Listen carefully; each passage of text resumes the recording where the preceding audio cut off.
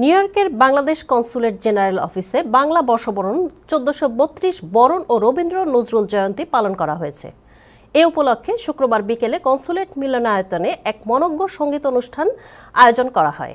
অনুষ্ঠানের শুরুতে আগত অতিথিদের স্বাগত জানিয়ে বক্তব্য রাখেন কনসাল জেনারেল মোহাম্মদ মোজাম্মেল হক। অনুষ্ঠানটি উপস্থাপনা করেন ইশরাত জাহান। পরে প্রবাসের জনপ্রিয় শিল্পীরা সঙ্গীত পরিবেশন করেন। অনুষ্ঠানে বাংলাদেশি কমিউনিটির বিশিষ্ট ব্যক্তিসহ প্রবাসীরা উপস্থিত ছিলেন।